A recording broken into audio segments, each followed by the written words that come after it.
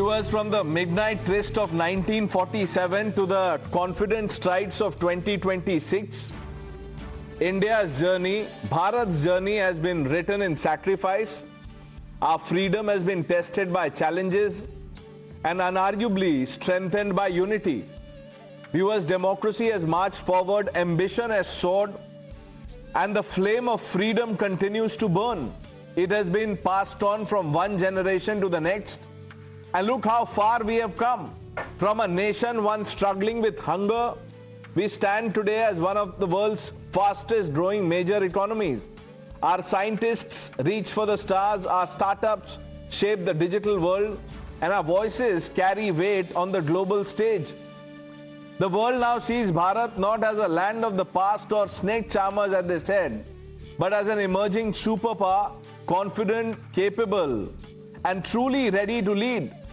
This is our eternal and unstoppable tryst with freedom. Viewers, welcome to this special broadcast as we honor the past, celebrate the present, and look ahead with hope. Let's open this up. Dushyant Sridhar, Uday Mahurkar, Dr. Anand Ranganathan, Sushil Pandit ji, Neerja Chaudhary, Rashi Kidwai completes the panel. Dushyant Sridhar, let's start with you. How do you look back at the last 8 decades, 79 years?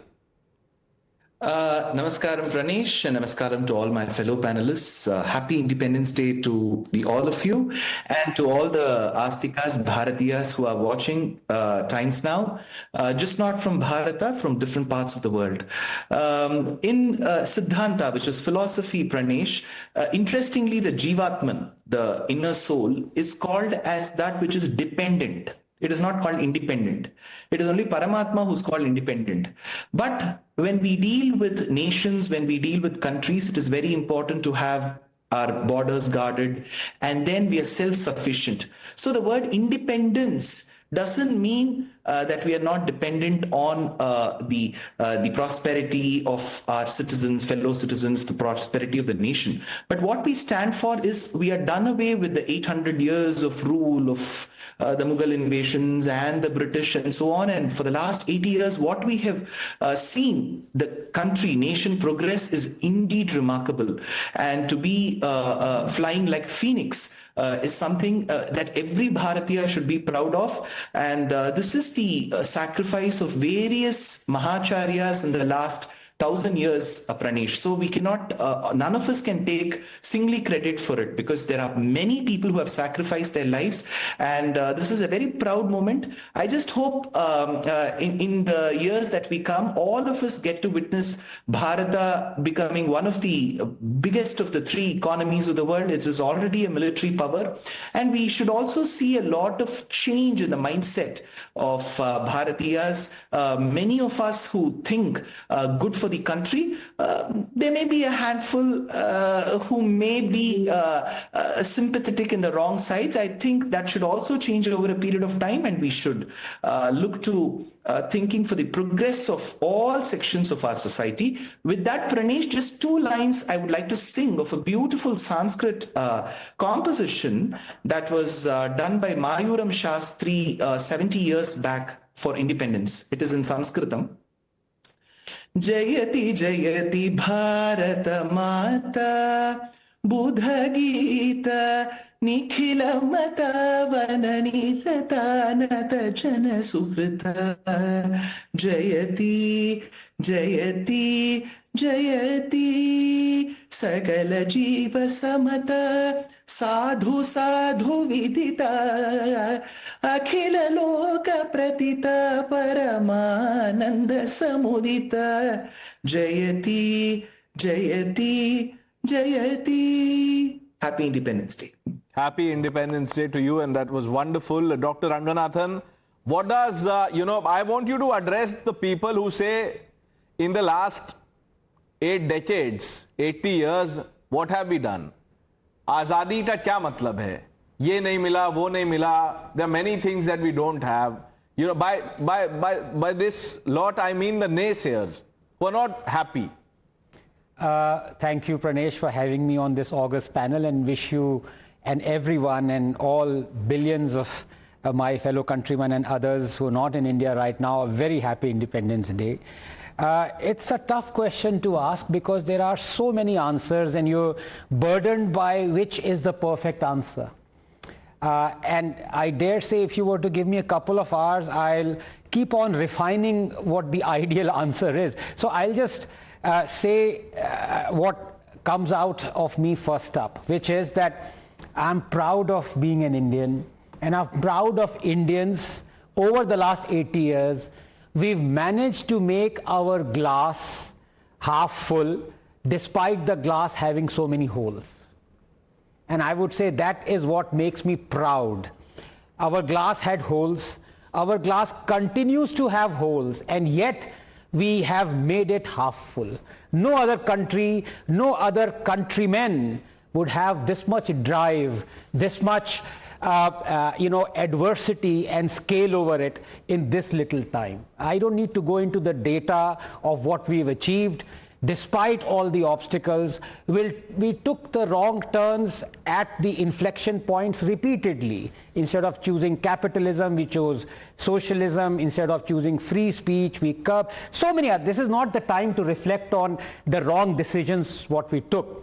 This is the time to reflect on how proud we are as a country, because despite those obstacles, despite wrong decisions that our governments and states and parties and others took, we've managed to come here, where in 1947 our life expectancy was 32 years. 32 years. And today it is upwards of 76, more than doubled. So I'm proud of being Indian, and I'm proud of my countrymen. That's a profound thought. Mr. Mahorkar, as the civilizational state that we are, how do you see India's journey in the last 80 years, sir? I take a lot of pride in being an Indian, the achievements we have made in the last 80 years. We have done things which are unthinkable, whether it is space, whether it is military power, whether it is, we are the world's biggest digital power today, But then I think we should look at where we stand today. I mean, we have to be proud about what we have achieved. There is no doubt about it. But where do we stand today? I think the time has come for Bharat to take at least 4 to 5 crucial pledges to become a great nation. One, India needs a very, very strong anti-defection law. Defection has become a menace in this country. All the parties are involved. I think we need a very strong anti-defection law, and it is time to return to value-based politics, which we left behind about 30, 40 years ago. Time for India is to return to value-based politics. And there should be very strong punishment for those who indulge in defection. I think we need a law of that sort. Second is the perverted content. I'm sorry to interrupt here, Mr. Mahorkar. माफ कीजिएगा, I don't want to interrupt your chain of thoughts, but sir, ये तो pledge कभी हो ही नहीं सकता, because the people who defect are the ones who will make the law. So this is not happening. This will take 80 more years, sir. No, you may disagree with me, but I don't disagree with you, sir. I agree with you. I am telling you the reality of the law is the need of the hour. Yes. Very strong anti-defection law. I think if you are not moved by the kind of horse trading which is taking place, I think there is no point in calling ourselves patriots. I'll go to that extent. So anyway, I put my thought. I mean, you may disagree with me. Second is this content which is I have run an NGO called Save Cultures Bharat Foundation. Many people here might not agree with me, but my research proves that majority of the rape cases taking place in the country are because of pornographic content. So there we need a very strong law. Third is adulteration. The way Tukaram Munde has brought this whole thing to the notice of this country. I think somebody was sitting with me yesterday. He was saying, my uncle, he never smoked, he never ate tobacco, and still he had cancer at the age of 50 years. That is because of adulterated food, So we need a very strong law to punish people who sell adulterated food and food items. And I think the time has come for Bharat to come out with a policy where we have a testing laboratory in every major area, maybe on 50,000 population or 20,000 population, where people can go and get things checked whether they are pure or adulterated. I think this is a very major challenge for the country, you know. Third is environment. I think the way we have seen landslides in Himachal Pradesh, in Uttarakhand in the last maybe 20 years, I think the situation is horrendous. I think we need a mountain development policy based on the principle that not a single tree will be cut without ample justification. And fourth is this whole business, of course, the present government has done very well. There is to be a transfer posting industry in the country, where transfers and posting is to take place through middlemen who used to make money out of it. I think we need a very strong law to punish people who take money in arranging transfers and postings of officials, of bureaucrats, because a person who will take money to get a posting, his first objective will be to make money. So we need to take these 4 or 5 pledges. I think there has to be law for money in exchange of party tickets also. Political parties, BJP of course is largely good on that point, but tickets have been sold, you know, in the last many years. Last many decades rather. Sir, इसमें सब एक need a law to stop that also. Mr. Mahurkar, इसमें सब एक जैसे. I largely agree with the intent with achieved. Pranish, if I can. No, sir, you mean well, and we agree with you in principle. But I take no less pride. I take no less pride than my co-panelists in what we have achieved. Of course, sir. And in the last 12 years, we have achieved something which is unimaginable. If we go sector-wise, I think there is not a single area. I think Dr. Ranganathan wants to say something to you. I think he wants to add to what you've just said. Growth. No, not to add, but you know, Udayji, I respect him a lot, and I, as you, along with you, I agree with whatever points he's made. But the fact of the matter is, 4 of the 5 laws that he says we must have already exist. Despite that, we have these problems. So it is not a matter of institutionalizing or formulating new laws. I think we have too many laws. The problem is we don't follow it, we don't implement those laws, and the constitutional bodies that are meant to safeguard those laws do not care about it. So problem is not laws or making new laws. Actually, we must have less laws and more implementation of those laws. Nirja ji, Happy Independence Day, ma'am. What are your thoughts on what Bharat has achieved? Happy Independence Day to all of you also. I thought on the eve of 15th August, I would like to think of, you know, what we've achieved more than what we have to achieve. And I think the fact that at 80 we are still independent is a big achievement. And people, when we set out, many countries, many people said India, a poor country, would never survive as a democracy. We have survived as a democracy. It's a faltering democracy. It has many fault lines, lot of course correction to be done, but we remain a democracy. You know, if you look down at power devolving, this one person, one vote, power devolving to communities who were on the peripheries of the power structure. Today you have an OBC as the Prime Minister of India, very naturally, an EBC. And you have Mr. Kharge talk in Parliament a day ago, and where he addressed in Uttarakhand a meeting, the platform from where he addressed the meeting had been washed to purify it. But you know, while that kind of thing still exists in India, sadly, but there is no one who could justify it in Parliament. The ruling party said we will do investigation. Nobody, it is not politically correct anymore to say that the Dalits should not have their due. So that is the change we have made. And I think our institutions are under pressure. And I think that's an area which needs to be strengthened.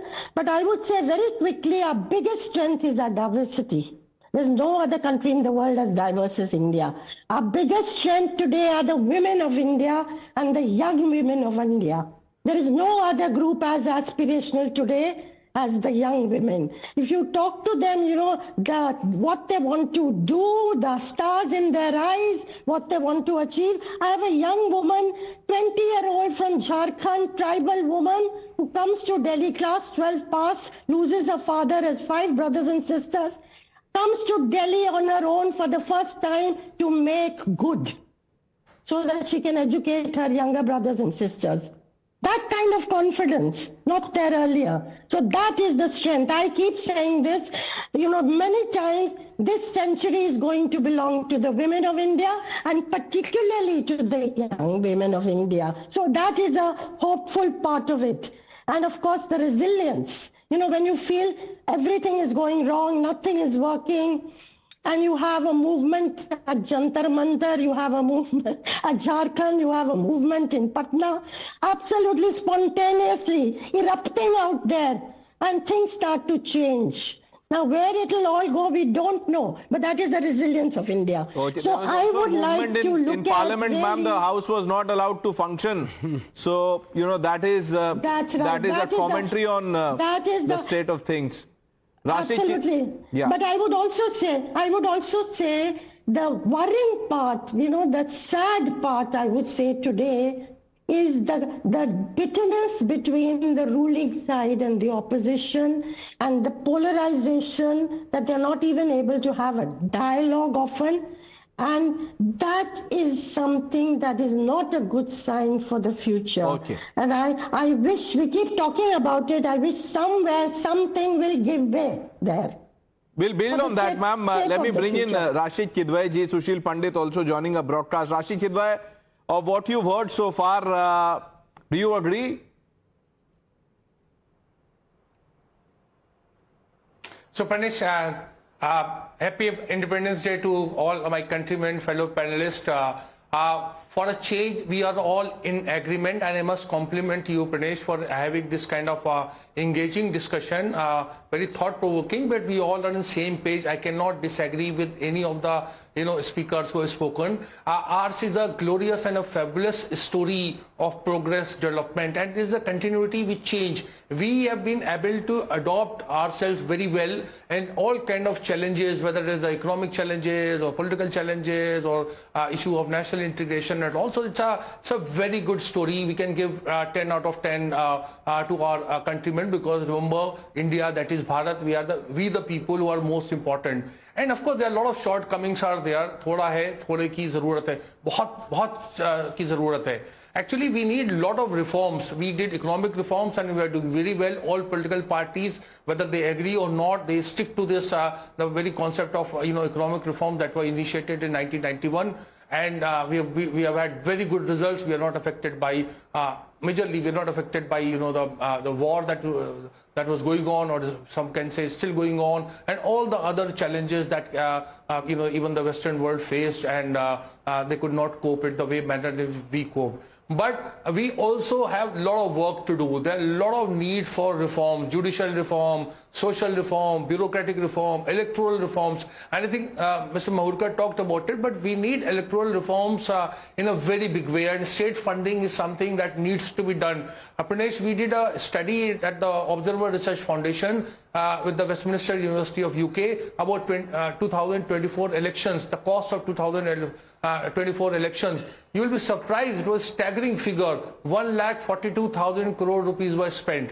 And a cost of one vote in Telangana, Tamil Nadu, Karnataka was 7,000 to 8,000 rupees.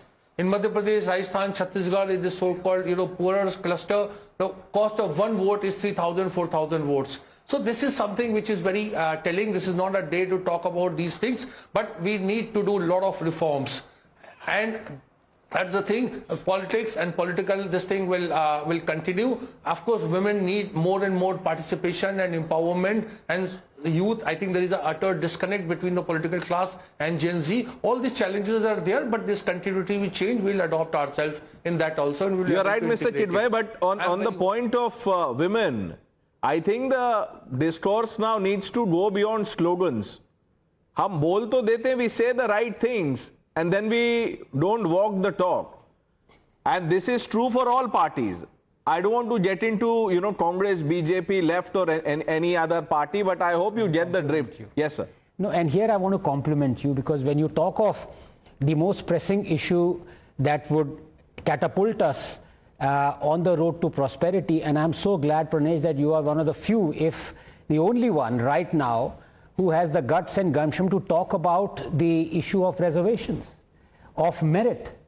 Nobody is talking about it. It's almost like it's an elephant in the room. We can all see it, but we can't talk about it. If India is to progress forward, we must have the guts to confront the reality of where we are going, as far as we are choosing the best out of everyone who will be able to do the job best for this country. That is the issue we are grappling with. We don't even understand when Rashidji talked rightly about the economic reforms that has made us come at least till here, confront poverty, sometimes even beat it to some extent successfully. The next inflection point, we might miss it if we don't confront the reality of artificial intelligence. We don't confront the reality of competitiveness of India being competing with the rest of the world. We have to have that edge, and unless we grapple with this issue that you brought on the fore, I'm sorry, we are again going to miss the inflection point. We'll talk about it, sir. I thought of bringing it towards the end, but now that you've spoken about it, I'm sure the others will weigh in. Mr. Pandit, what is your idea of India, sir, 79 years after independence? Thank you, Pranesh, for having me in the show. What I guess is that we are right now engaged with the normal issues, the normative issues of growth, of justice, of electoral reforms, of economic prosperity, of jobs, of merit over patronage. I'm afraid there are issues beyond these endemic issues when tens of thousands of my brethren are rotting away in refugee camps for the last 37 years. And we turn that also into a normalcy. Yeah. And they are there because they're Hindus. They've been hounded out of their homes and hearts 37 years ago, and they've become wallpaper. These endemic issues of jobs, of growth, of GDP, of equality, of harmony, of national reconstruction, of democracy, of plurality, of aspirations of youth and empowerment of women, they will remain 20, 30, 40, 50 years hereafter. But are we condemning generations and generations of Hindus from Kashmir into a refugee status without even a policy paper on them? Is that part of our normalcy dialogue, normalcy communication? Where do we stand? Are we invisible? Isn't that a priority over everything else? Or have we considered genocide as chalta hai? And not just genocide, not even punishment of genocide, forget acknowledgement, not even reversal of it. I'm afraid, even if I have to be a fly in the ointment, I would rather be that than engage with high-brow issues that engage the intellectuals and commentators of the day who've been watching India for decades and say, everything is fine, kuch hai, thode ki zarurat hai, chalta hai, lekin kuch aur ho, ye ho aur wo ho. I'm afraid this is not on. This is just not on. 28,000 FIRs pending. And those who gloated about massacres, those who gloated about killings, are still alive. For first 20 years, they were received as heroes, as freedom fighters, as youth icons. And we still have neither a policy paper nor any decision, any government word on what is to be done with us. You're right. It is a bitter truth. All parties have, paid lip service to this issue. This comes up occasionally, like they say, for lack of a better word. and then people just forget about it. Nirja ji? No, I agree with this. These are pending issues, burning issues, painful issues, very, very painful. And they have to be addressed frontally. You cannot just push them. This has happened. I mean, I remember going to Kashmir when a colony was being built of 250 houses, I think Mufti Muhammad Said's time, that the Kashmiri Pandits will be brought back. That story just a beach mein ruk gayi, and that's a forgotten story. But there are so many other forgotten stories, and I would say, somebody talked about AI. I was talking to an economist, and they said, हम लोग लड़ते रहेंगे कि opposition को ruling party से बात करनी है कि नहीं, वाइस वर्सा हाउस में जाना चाहिए and एड्रेस करना चाहिए कि नहीं. AI is changing the world by the hour.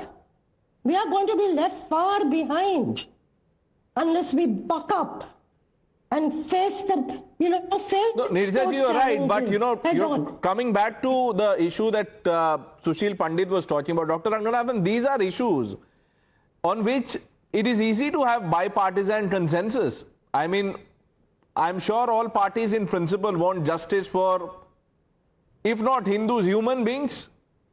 Well, this is the problem, Pranesh, that, we talk about an India that is free of discrimination, that has justice as its foundation stone.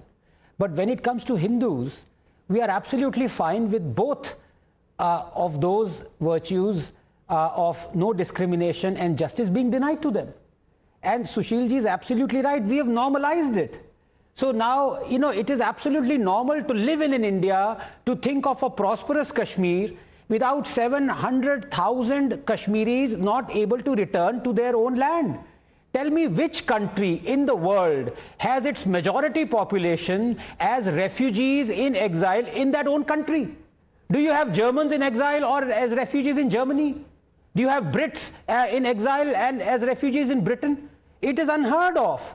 And honestly, it's beyond saying that my heart bleeds for it, because ultimately the decision lies in the powers that are. And yes, you're right, cutting across party lines. I've written a chapter in a book about this. So, I'm not just echoing what Sushilji is saying. I know the data, I know the figures. The fact of the matter is we've forgotten them. It's the truth. Are we going to confront with it, or are we going to correct it? I'm afraid we have not even reached a stage where we are confronting the truth, let alone solving it. Yeah, only if you acknowledge the problem will you confront it. Dushyant, Sridhar? Pranesh, I heard them all. Three very quick points. With respect to the Kashmiri Pandits, you did make a statement that if there are initiatives taken, there'll be bipartisan consensus. I don't think. First of all, to do that, you should agree that there has been injustice which has been meted to the Kashmiri Pandits. That itself won't be agreed upon. So where will the solution come if the problem is not diagnosed? One. Number two, overall, as a person speaking about religion, philosophy, art forms like music and dance, I feel Bharatadesha has been the fulcrum of all art forms and different styles of architecture. I'm sure to learn, have learnings from all of this should be inculcated from a very young age. And that will create a new generation. We are talking about Gen Z. I don't know, whatever letter comes in the alphabet after Z, whether it's alpha, beta. We should also look at the forthcoming generations. If they do not derive learnings from our art forms and architecture and learn history as is, it should not be history of Congress, of BJP. It should be history. So however the rulers were, we should be taught that way. And the last point of all, it may seem like a trivia. Let the central government take note of it, the state government take note of it, the municipal corporations, the panchayats. Civic sense should improve. If civic sense doesn't improve, on the paper, we could be the fourth largest economy, the third largest economy, the world's largest military power. I think it should be a collective measure and a sense that should prevail among all Bharatiyas of all classes, of all cities and places, that civic sense is something that we need to correct, and the cleanliness part of our country, that Swachh Bharat should be in our hearts, and we should see the next Independence Day when we meet Pranesh. I think we should see this dirtiest city, all of that going. We have dirtiest cities in India. that's the state we are in the 80th year. That should improve. It may seem a bit negative or a trivia, but I honestly feel that part is extremely important for us to call that we are ahara shuddha sattva Nothing shuddhi. negative about it. It's a problem, Dr. Ranganathan. Yeah, Dushyant ji is absolutely right. And the buzzword seems to be over the last couple of months, Neeraj is also right, Gen Z. I'm quite sick and tired about, and this is classic Indian thing, we revel in doing this, guilt tripping the other generation. As if, look, now it is your job to make India Viksit. तो हम लोग क्या कर रहे थे पिछले 50-60 सालों से? हमारे failures हमने किसी और के कंधे पे डाल दिए. We have to decide, are we going to give an India to Gen Z to build or to rebuild? The way we are going, we are destroying India so much that we would have to give them an India to rebuild. Which one is better for them, to give them an India to build or to rebuild? We got to decide it, not Gen Z. Mr. Mahurkar?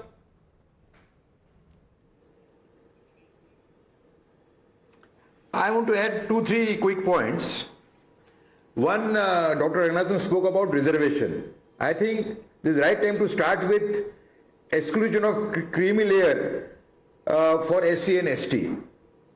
You see, there is an officer I know, he is a senior retired IS officer, his son is an IS officer, his daughter-in-law is IRTS, his daughter is also an IRTS. So I think we have to seriously think about exclusion of creamy layer from the reservation of SCs and STs. I think this is the first step towards what Dr. Ranganathan is saying. Two, when you talk about women empowerment, I think we also need to talk about the complete role of a woman. Her role, we are talking about कि हमने को army में पहली बार इस area में डाल दिया, पहली बार हमने को ये एम्पावर कर दिया, अच्छी बात है, वेरी नाइस. बट एक लेडी का पहला जो मैरिड लेडी का जो पहली जो दायित्व है वो अपने को बच्चों को अच्छी तरह बड़ा करना, इसकी तो कोई बात ही नहीं कर रहा. Nobody is talking about the role of a mother. You see, when I mean, there has to be some balancing. I am not saying that women should not become professionals, or take up jobs. But I think they have to be, the nation has to be told that women's role as a person who is rearing her child is also equally important. I think that is one thing. Third, Kashmiri Pandits, I fully agree with Sushil Pandit ji and Anand Raghunath ji and everybody, I think we need to do something, but at the same time we must appreciate the level of radicalization in Kashmir has come down after the removal of 370. I think we must give some marks to the government as of now. No, while sir, asking give these them questions. full marks. Give them full marks. But at least ensure justice for those who are living in refugee camps. No, I fully agree with you. But removal of 370 was a big thing which was, I mean, Of it's course, a big sir, achievement of for course, Bharat. there is nothing You see, taking one away thing to from it. understand It one is thing, what happened? absolutely. You say, no, let me put it. You're not given me enough time. Let me put it. You see, India was divided at the behest of a section of Indian Muslims. They got Pakistan. Thereafter, taking advantage of Mahatma Gandhi's unfortunate death, a pro-Muslim model was forced on the country, For 60 years, it was a pro-Muslim model. What Dr. Ranganathan is saying, I am showing you the other coin, of the other side of the same coin, What happened for the first 60 years? So, I think it is a result of the kind of policies which we pursued in the first 60, 70 years. So, I asked this question to the present government also, that when will they rehabilitate the Kashmiri Pandits? But at the same time, removal of 370 it's a watershed moment in the history of this country. I think we should appreciate it and we should give some marks to this government. Full marks, sir. We all appreciate it. Full marks to them. They should now shift their attention to other things which are not done. The unfinished business, as they say. I knew hands would go up immediately. Nirja ji, Rashid Kidwai hasn't spoken in a while, ma'am. Let me start with him and then you can counter Mr. Mahurkar. Boliye, Rashid bhai. Yeah, so Pradesh, you're asking me? Yes, sir. Yeah. So, Pranesh, I think we were having a very constructive, a very meaningful and a very engaging discussion, and suddenly we have started talking about, a particular issue. In India, the kind of progress that we are having, we don't have a luxury of either or. So to say that the economic reforms and social justice and, reforms in judiciary and electoral reforms and jobs are not important and some other issues important, I think it is very, it's inaccurate, and I think it is very casual approach of looking at it. A lot of the problems in the country that we are facing have also got to do with a lot of malpractices that took place. Neerja ji would vouch the kind of elections we saw in Kashmir in 1980s, the kind of booth capturing and the kind of voting that used to take place. That has also led to aggravating the situation. And there, in our country, we have had peace in some of the regions which were very highly disturbed. You look at today's Mizoram; it is the most peaceful one. Very few of our countrymen know that Mizoram is the one country where there was actually a bombing by the Indian Air Force to check and contain separatism. We have had we are having 168th or 172 round of Naga talks that are still going on, and a lot of things people have come in. We have seen a lot of disturbance in Punjab and the states coming into the national mainstream. Assam was also at one point was very, very turbulent. This is not to take away anything from Kashmir. The plight of Kashmiri Pandits is very glaring, it's shameful, and we need to do a lot more. Mr. Kidwai, sir, please, I don't want you to take offense to this question, but allow me to ask this, please, sir. Every time we talk of, like Mr. Pandit raised this issue of Kashmiri Hindus, why is there a whole laundry list of things that हमने ये किया वो तो ठीक है जो किया, but what is left? वो अभी refugee camps में है अगर, no sir, 1 minute. While the government of the day must do like Dr. Ranganathan said, powers that be, तो अभी जो powers that be हैं वो तो वही करेंगे. But there's also a problem of acknowledgement. Genocide has been trivialized.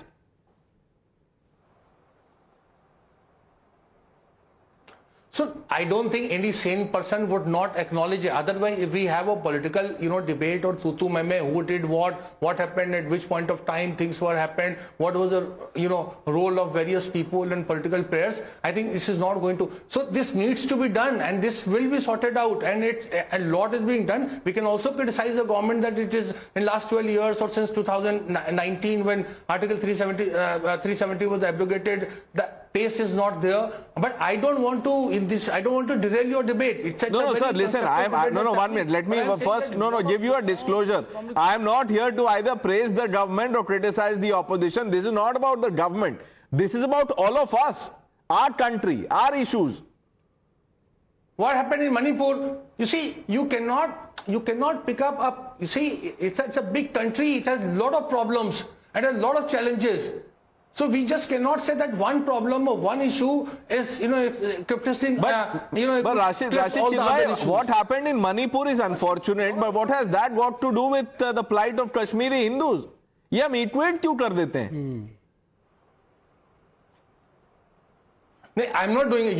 It is, no. We have a, this conditioning of mind that we look at it. If you, what I was saying, that to say that, the economic progress and jobs and, electoral reforms can wait. First, the Kashmir problem needs to be solved. I think that approach is inaccurate.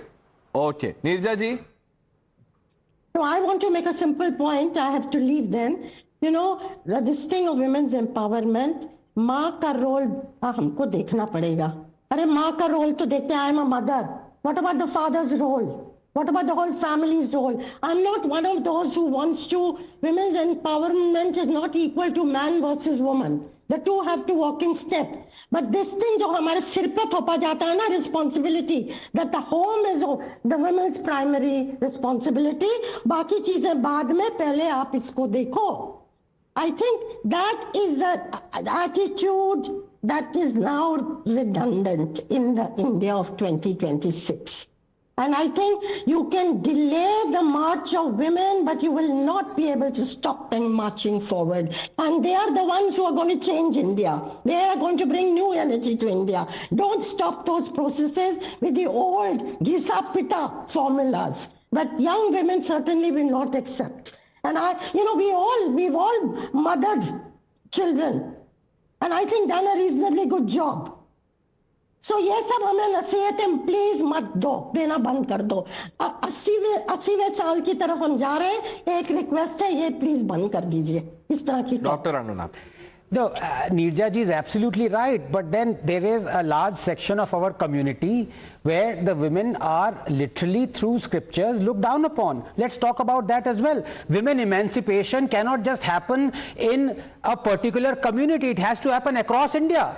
When this country allows laws that can actually look over a child being married in India, and that is fine for women emancipation, when this country can overlook the fact that a woman gets half of the endowment as a man gets, and that is okay for this country in the name of diversity. We don't want to have a uniform civil code because of this. Is that women emancipation? Far from it. So when we talk of women's emancipation, let's talk about women of India, not just Hindu women or any other particular community. We should have the courage to say that. Let's not be scared of it.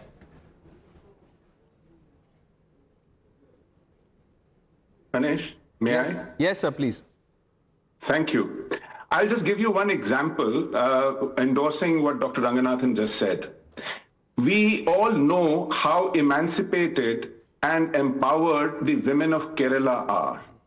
And one of the epitome of those freedoms and empowerment is that any remote hospital or clinic in the country or across the world, you will find a Kerala nurse. Okay? But let me tell you, I have found Christian nurses and I have found Hindu nurses. The same ethnicity, the same geography, the same socio-cultural region, you can't find Muslim nurses. Why?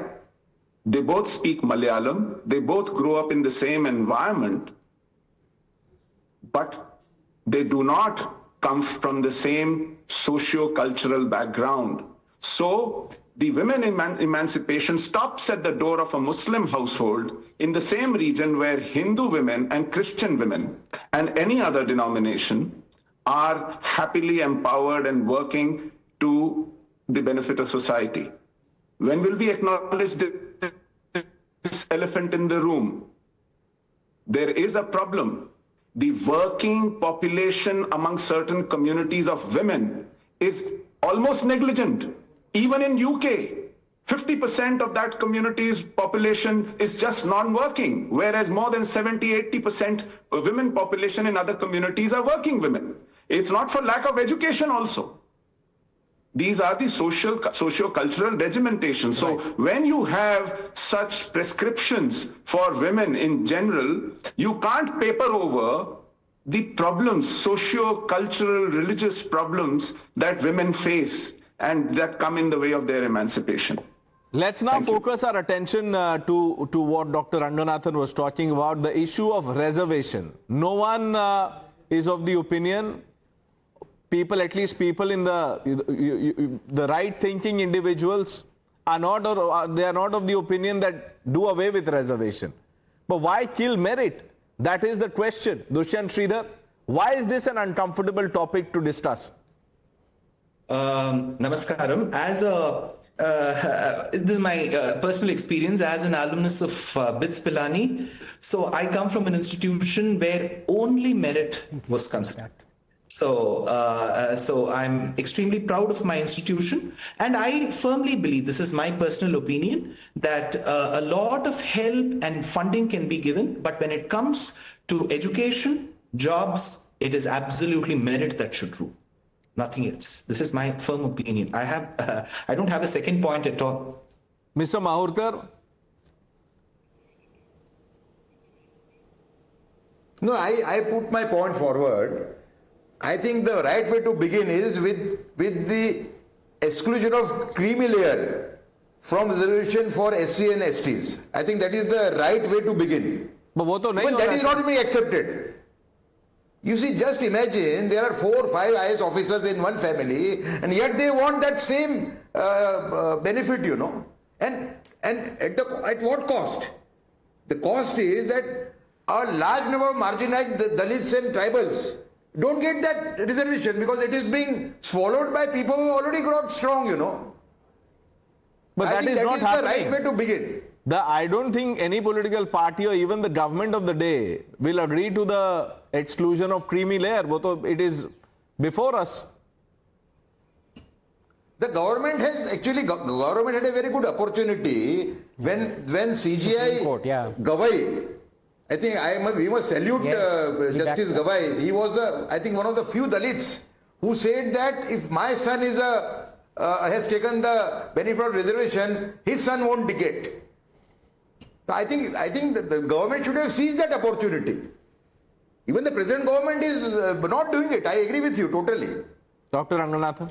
No, absolutely. Look, reservations aren't going anywhere. All of us have proposed formulas, 4-point, 3-point, or whatever. The government is not going to basically shoot itself in the foot because the opposition is not going to do that. It's a matter of winning elections. Having said that, can the politicians do for everyone else what they have done for themselves? They have saved their own seats for merit. The classic example is the women's reservation. Now, they didn't give 33% reservation on their existing 543 seats. Ideally, they should have done that. Seat बढ़ा दिया. उन्होंने पहले seat बढ़ाई और उसके बाद 33% लगाया ताकि जो अनरिजर्व्ड सीट्स आती हैं वो एग्जैक्टली वही थी जो पहले थी. So what they've done is they've given reservation by increasing the number of seats. There's a simple formula. I've given that formula. If they can do it for their own, why can they not do it for doctors, for engineers, for scientists, for IAS officers, for every field? All of us, when this plays out, all of us will be panned for saying this. The narrative on social media and otherwise is ये 4 upper caste के लोग बैठ गए हैं और they are now giving ज्ञान. गाली भी पड़ती है. Mr. Pandit, you can back out if you don't want to speak. No, I will speak my mind, even if my surname is Pandit. That's fine. I feel reservation was for the cause of social justice, but there are certain problems that were because of overdoing this issue of affirmative action, and these two are continuing reservation for those who do not deserve it anymore because they are part of the creamy layer. Generations, they have taken advantage of it. And the second was promotions. When you give someone a job and he's put in an environment to perform, why do you take away incentive of performance and give him reservation and promotions as well? You've already given him a fast track to learn and to grow by contributing. So this is another infirmity in the system. But even that is a no-go area, and the latest chorus is that reservation in private sector. You must have heard that the BSP has said it, one person from... It will be a death knell. I'm saying as a counter, why don't we have reservation in the cricket team? Let's start from there. Would you like to lose matches after matches for reservation? Forget about Sushilji, forget about cricket team. Why don't we have reservation in the higher judiciary? Absolutely. Those are the judges who are asking for reservation in every field except their own. If ever there was someone who's more hypocritical, I haven't found it. Let's see of the things that we've discussed, what changes when we sit down together next year, next Independence Day, to take stock. I thank all of you for joining us. Thank you for watching.